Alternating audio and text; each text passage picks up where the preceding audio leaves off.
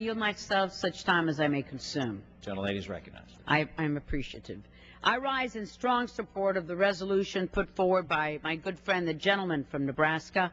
Mr. Speaker, September 11th, 2001 will be forever ingrained in our collective consciousness as one of the most vicious attacks against our nation. However, we have been targeted by global, violent, Islamic extremist network since November 4th, 1979. On this day, Iranian militants overran the United States Embassy in Tehran and took innocent American hostages, with 52 of these brave Americans held for 444 days.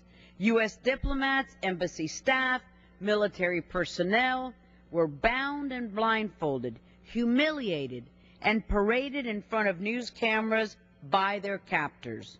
They endured unspeakable suffering and abuse for nearly 15 months in captivity. Since the capture of the United States Embassy in Tehran 30 years ago and the ensuing hostage crisis, Iran has increasingly viewed terrorism as a tool to achieve its ideological and strategic aims. These aims include supporting and arming militant Islamic extremist organizations and other groups worldwide, especially in the Middle East, attacking Israel, destabilizing the governments of the more pragmatic and reformist Arab countries. One of the chief instruments for the implementation of these policies has been the jihadist organization Hezbollah, which since its inception has been trained, financed, and supported by the Iranian Revolutionary Guard Corps.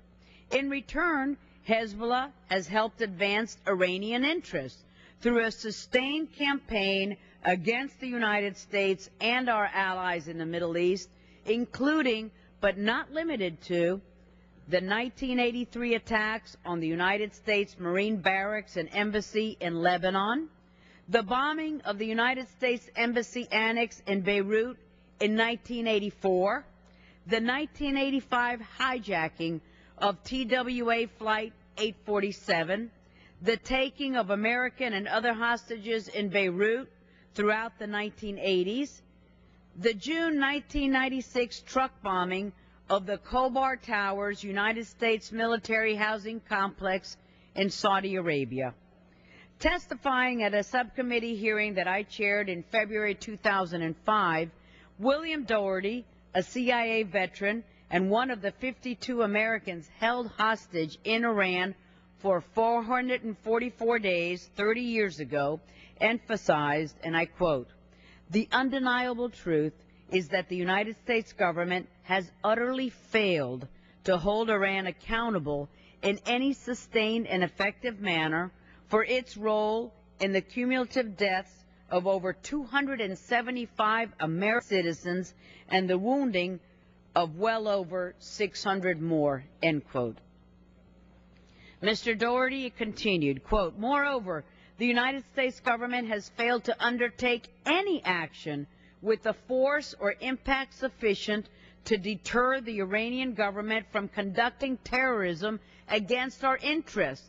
The absence of any credible response has served only to encourage the continuation of Iranian-sponsored terrorism, nor have those of us who are victims of Iranian terrorism received any justice from those acts," end quote. Since Dr. Doherty's testimony almost 5 years ago, Iran has been proactively involved in undermining United States and coalition interests in Iraq, in Afghanistan, by providing material support and all types of weapons to extremists in both countries so that they can kill and wound Americans. And the number of U.S. victims of Iranian-sponsored or Iranian-supported attacks continues to increase. The threat to our ally Israel has grown incredibly as well, with Iran increasing its involvement in the West Bank and Gaza in support of such Islamic extremist organizations as Hamas, the Palestinian Islamic Jihad, and in Lebanon through its proxy, Hezbollah. Yet successive U.S. administrations have failed to properly recognize and confront the totality of the Iranian threat, from its history of supporting violent Islamic extremists to its nuclear weapons program, unconventional weapons, and ballistic missile development. In response, the United States must impose a cost so high on Tehran that it threatens the Iranian regime's survival unless it changes course. This approach will require applying immediate, comprehensive, tough economic sanctions. Again, former hostage Dr.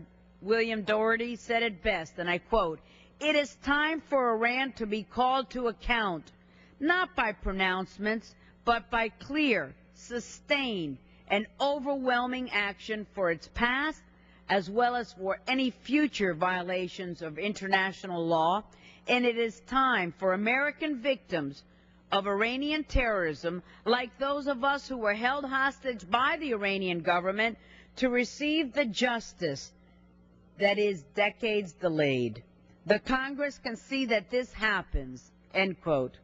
Mr. Speaker, I urge my colleagues to strongly support this resolution, and with that, I reserve the balance of our time.